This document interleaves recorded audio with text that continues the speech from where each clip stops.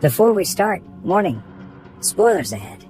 Today, I'm going to recap a 2020 Korean thriller drama movie called Alive. A grisly virus ravages the whole city while a lone man locks himself inside his apartment to survive the zombie-like infected victim army lurking outside. Digitally cut off from seeking help, he desperately tries to find another way out. How long will he be able to survive alone? The story starts with Junwoo, who is a gamer and streamer, alone at home. He just wakes up and finds that his father, mother, and sister have left the apartment for their daily activity. He starts his gaming session until his friends tell him to immediately turn on the TV. He turns on the TV to find out that every news on TV is covering a strange disease that is currently rapidly spreading across the country. Suddenly, an emergency alert starts going off from his phone.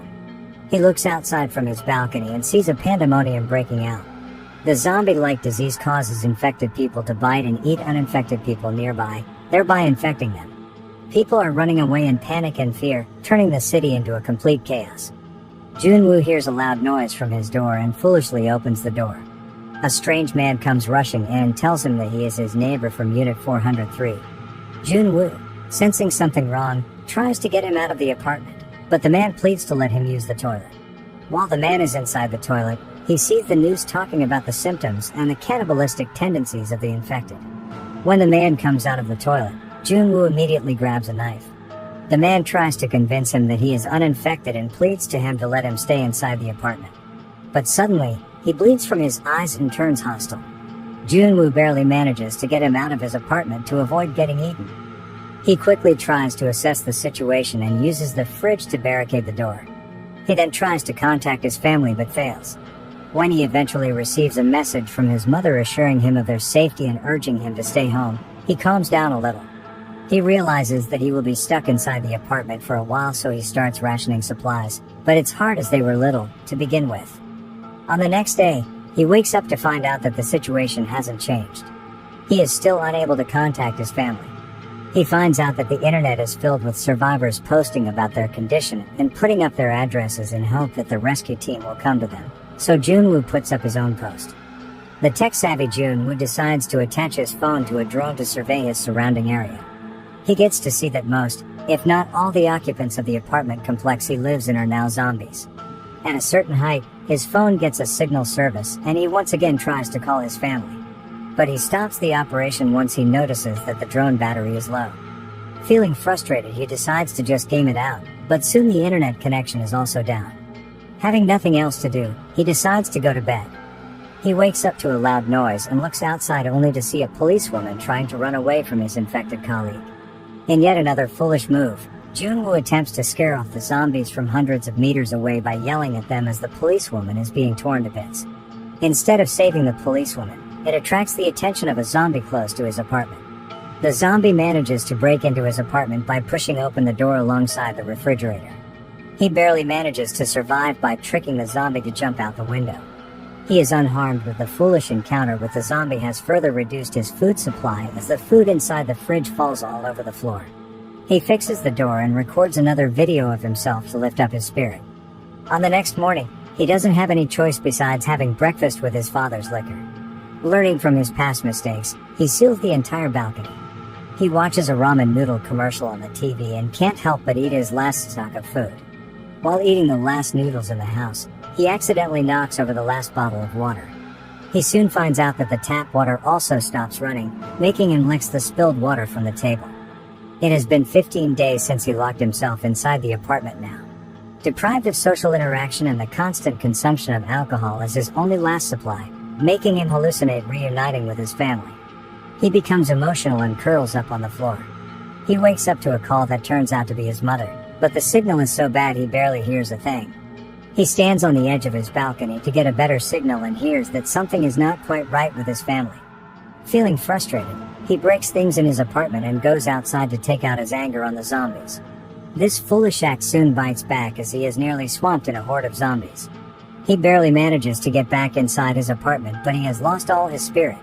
He decides to take his own life before the zombies can get to him. As Junwoo dangles from a cable he tied around his neck, a laser beam suddenly projects from the apartment building across the street. He sees a lady in an apartment across the street and immediately waves excitedly to her. She waves back and gestures to him to contact her again at 7 a.m. tomorrow. Now that he finds another survivor, he gains back his will to live.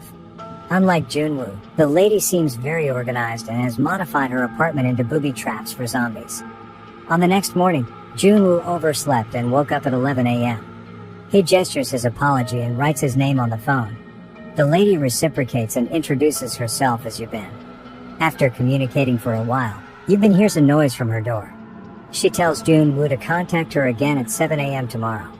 As she tries to look for the source of the noise, she finds her traps had trapped a zombie that made its way into her house. She proceeds to axe its head off. On the next morning at the agreed upon time, Yubin tries to pass food over to Junwoo after seeing him starving. She attaches a rope to a baseball and throws it across, but it fails to reach his apartment and falls in the middle of the street.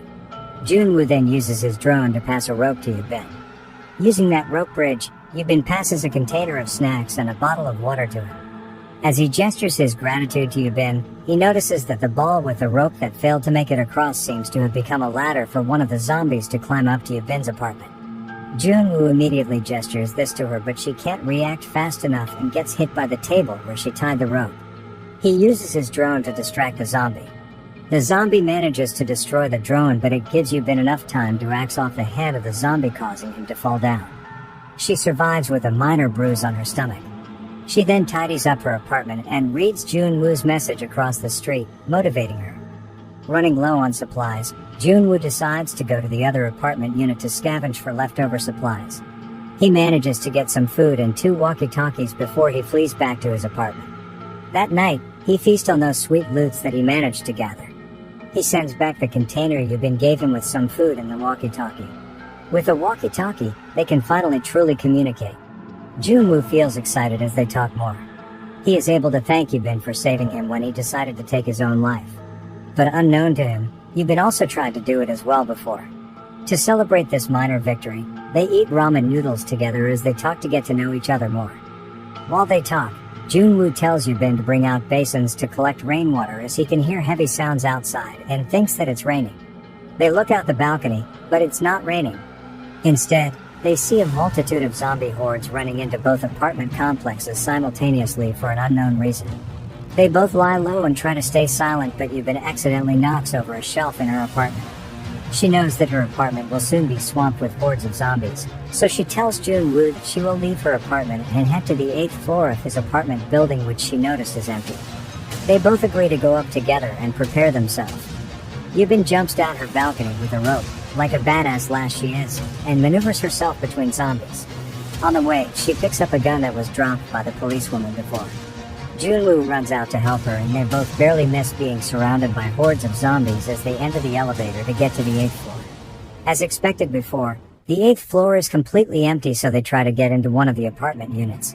But the calm only lasts for a moment as suddenly a zombie appears, followed by a horde of zombies. A mysterious man suddenly appears just before they get eaten and pulls them inside his apartment. At first, they were wary of the mysterious man.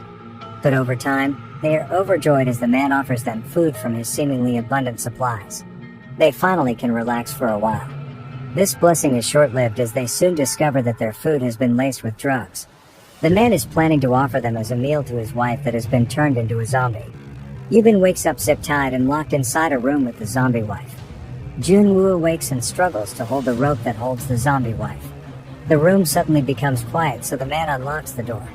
Suddenly, the wife zombie charges at the man and bites him. The man willingly lets her eat him as he loves his wife and he doesn't want her to starve. Yubin fires the gun at both of them to end their suffering, but this only draws the attention of more zombies. Seeing no way out, they decide to shoot themselves before the zombies get to them. Just before they pull the trigger, they hear the rescue helicopter flying nearby. With hope rekindled in them, they struggle to make it to the rooftop, only to find out that the helicopter is no longer in sight. The zombies follow them to the rooftop as well, and they gradually creep closer and closer. They run out of bullets as they stand on the edge of the building. Just when they are about to be swamped by the zombie horde, the rescue helicopter appears behind them and shoots at the zombies while pulling them inside to safety. Inside the helicopter, Junwoo is finally able to get signal service and receive a message from his family, telling him that they are okay. They finally can breathe the wind peacefully as they fly away to safety together. Subscribe to watch more videos like this, turn on notifications, and leave a like and comment to help the channel out. Thank you for watching, and see you next time.